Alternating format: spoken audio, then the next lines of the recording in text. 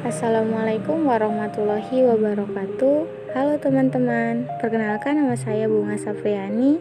Saya dari Prodi Pendidikan Bahasa Indonesia ingin menjelaskan sedikit tentang linguistik umum, yaitu sintaksis. Nah, yang pertama itu pengertian sintaksis. Dikutip dari buku Ilmu Bahasa Indonesia Sintaksis dari M. Ramlan, sintaksis secara langsung dari bahasa Belanda, sintaksis, yang kemudian dalam bahasa Inggris menggunakan istilah sintaks. Dengan kata lain, sintaksis adalah bagian atau cabang dari ilmu bahasa yang membicarakan seluk-beluk wacana, kalimat, klausa, dan prosa. Nah, selanjutnya ada pengertian prasa. Prasa adalah gabungan atau pengelompokan dari dua kata atau lebih, namun tidak bisa membentuk kalimat sempurna karena tidak memiliki predikat. Selanjutnya ada jenis prasa.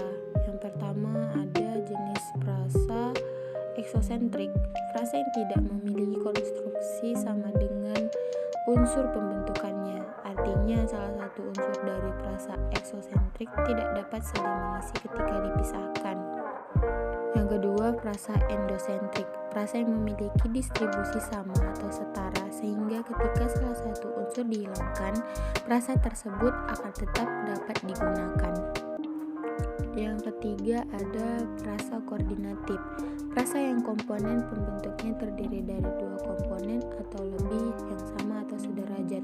Sebab bentuknya yang sederajat, maka prasa ini dapat dihubungkan dengan konjungsi koordinatif tunggal seperti dan, atau, tetapi, maupun, dan lain-lain. Yang keempat ada prasa subordinatif. Prasa yang unsur-unsurnya tidak mempunyai kedudukan yang setara. Hal ini menunjukkan di antara unsur-unsur itu tidak dapat saling menggantikan dan tidak dapat disisipkan kata dan atau. Selanjutnya ada pengertian klausa. Klausa adalah gabungan dua kata atau lebih yang terdiri dari subjek dan predikat. Umumnya, klausa akan dilengkapi dengan objek, keterangan, dan pelengkap. Ciri-ciri klausa ada 4. Yang pertama yaitu gabungan dua kata atau lebih. Kedua, terdapat subjek dan predikat. Ketiga, berfungsi untuk menjadi tata bahasa dan dalam satu kalimat. Keempat, tidak berintonasi dan memiliki tanda baca atau memiliki satu predikat. Selanjutnya ada contoh klausa. Yang pertama, ayah belum berangkat. Ayah, subjek, belum berangkat, predikat. Yang kedua, buruh pabrik tidak menerima pesangon. Buruh pabrik, subjek, tidak menerima pesangon, predikat. Pengertian kalimat.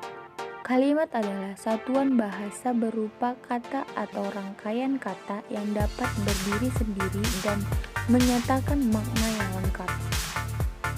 Jenis-jenis kalimat ada 3. Yang pertama, kalimat simpleks atau sering disebut dengan kalimat tunggal adalah kalimat yang hanya terdiri atas satu klausa atau satu struktur predikat. Yang kedua, ada kalimat kompleks atau sering disebut kalimat majemuk bertingkat adalah kalimat yang terdiri atas klausa utama dan klausa subordinatif. Yang ketiga, kalimat majemuk. Kalimat yang terdiri atas 3 klausa atau lebih. 2 di antara klausa dalam kalimat majemuk ini merupakan klausa utama. Selanjutnya ada fungsi sintaksis.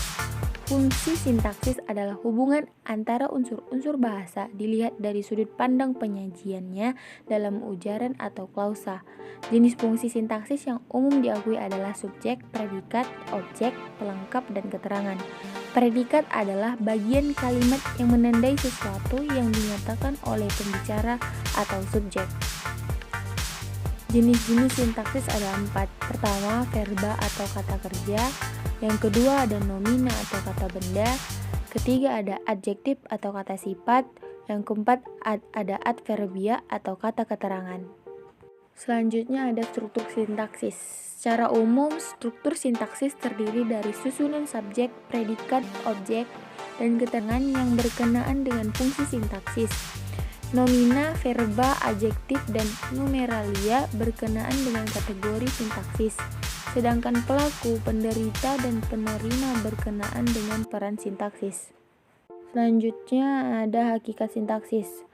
Dikutip dari Ramlan 1789 di halaman 21, mengemukakan bahwa sintaksis adalah bagian atau cabang ilmu bahasa yang membicarakan seluk-beluk wacana, kalimat, klausa, dan frasa. Di sampingnya ada unsur sintaksis. Unsur fungsi sintaksis yang harus ada dalam setiap kalimat adalah subjek dan predikat. Sedangkan unsur lainnya yaitu objek, pelengkap, dan keterangan merupakan unsur penunjang dalam kalimat. Cukup sekian yang bisa saya sampaikan. Jika ada kata-kata saya atau dalam pengucapan yang kurang berkenan di hati semuanya, saya mohon maaf. Wabillahi taufiq wal hidayah. Assalamualaikum warahmatullahi wabarakatuh. Sampai jumpa dan terima kasih.